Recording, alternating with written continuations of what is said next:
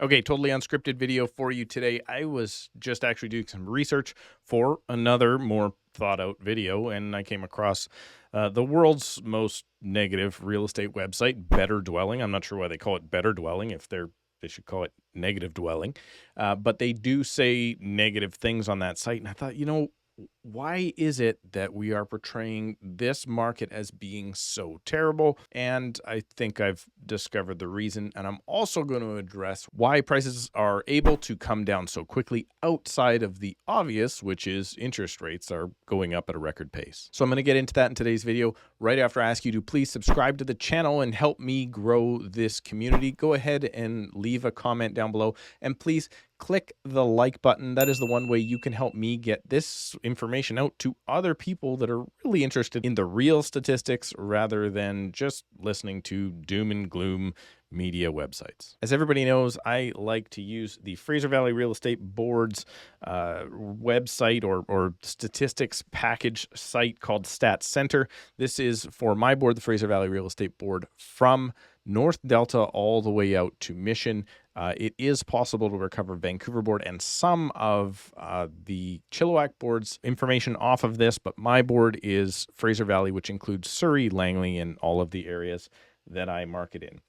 And this is what I was looking at that made me think, okay, why is the market known as being so bad currently when historically I'm looking at these numbers going, it's not that bad. And let me explain to you exactly what I mean. Currently in our board, we are experiencing 17% consumption last month. And at this point, well, we're hovering right around that same amount. The dip was July, and that's obvious because we had a massive interest rate increase down to 14%. Now, when you do the math on that, 14% consumption means that we've just hit a buyer's market at 7 months of supply. Now, historically, 7 months of supply, not really that bad in a lot of areas. We went down to 12% consumption in lockdown of 2020. Just people don't remember that. For some reason, it's escaped their memory completely that 2018 and the end of the year and the beginning of 2019, we went down to 13% consumption across the whole marketplace.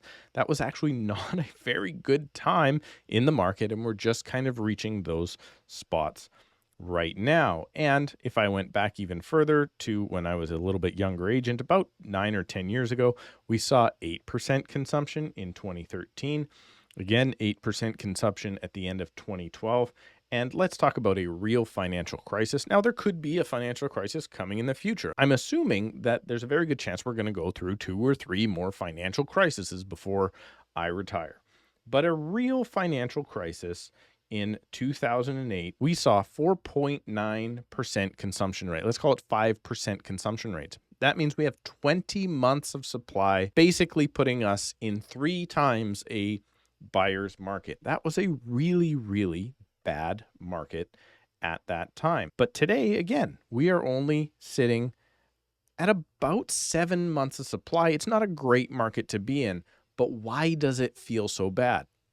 Well, the reason it feels so bad is let's go back to December of this year when across the entire Fraser Valley Real Estate Board, almost 100% of the listings were consumed that month, meaning we were at under 1 week of supply. Now, a mentor of mine, Richard Robbins, likes to use this analogy, and I'm going to steal it from him here. If you're driving on the freeway at 97.6 miles per hour, and then at one point you slow down to 17.1 miles per hour, you're going to feel like you're absolutely stopped. You're still moving, but you're going to feel a dramatic decrease in your speed. Well, that decrease is also felt in this market, and that's exactly what we're experiencing now. When I'm looking at historical trends, we are not in a terrible market. However, we feel like we're in a terrible market because we came out of the most overinflated and overheated market that we've ever seen, and I hope we never see it again. But how is it now, if the market is not actually that bad, we're seeing prices come down so quickly? Well, the obvious answer to that is we haven't seen interest rate increases like this in so long, and that is what's cooling off the market and causing a lot of buyers not to be able to qualify for what they could have qualified for previously. But at this point, that is the determining factor for what is bringing prices down. but that's not necessarily the reason why they can come down so quickly. Let me pop back in here and show you why I think that is. I'm going to pop into the HPI, otherwise known as the house price index. We could also look at this as average sale price as well if you like, but let's look at the HPI. Now, we didn't see that massive of a dip way back in 2008. We went from 400,000 average pricing down to, let's call it 365, 362 is how far it came down. So we were looking at about a 10% drop. That was the biggest financial crisis that we have seen since 1981-82, when interest rates did very similar to what they did now. Prices went up 40% in just a year. And then prices came back down that exact same 40%, which is something that looks like it could be happening now with interest rates going up again. But let me show you here exactly why I think prices can come down so fast. And just to show you where those prices are, we saw prices top out in March at $1.2 million across the entire board. Currently, they are sitting at just under $1,050,000. So $150,000 has come off, representing slightly more than the downturn in the 2008 kind of crash that we had, but not yet nearly representative of what happened in 1981. So in 1981 and 1982 and 2021 and 2022, why is it that prices can go down so quickly? Well, the fact is most of the people selling their homes right now bought those homes ages ago.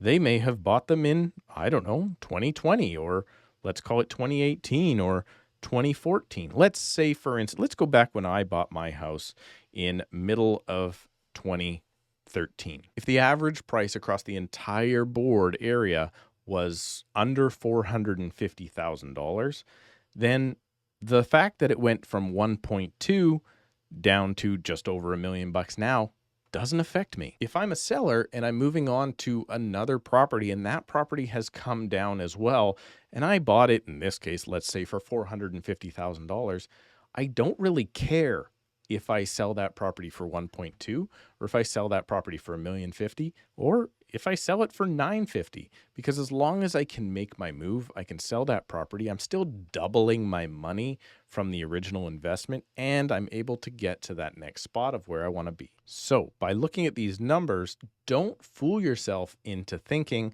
that the market is in a terrible spot. Yes, there are people that have purchased, particularly at the beginning of this year, going off of the advice of the Bank of Canada to go ahead and spend because interest rates will be record low for a record amount of time. Those people could be in trouble in the coming years, particularly if they took very risky variable rate mortgages. But across all of last year, let's call it 20 or 30,000 properties changed hands. And when you look at how many properties are actually in the Lower Mainland and how many people own homes, and then take out the people that don't have mortgages, the overall marketplace is going to be just fine. And it can sustain a downturn since the peak of the market with those crazy high prices. So yes, a certain amount of people are going to be hurt as a result of these interest rates, but overall, the market is not in a bad spot. And I would suggest it can easily sustain a further downturn. Let me know what you think down below in the comments, and if you think that people that bought a house in 2013 are going to be in rough shape, because, well, I don't think we are. Thanks so much for watching. I promise the next video will be a whole lot better thought out than this one. Please go ahead and subscribe and click the like button for the YouTube algorithm. Check out another video before you go, and we'll see you in a couple of days.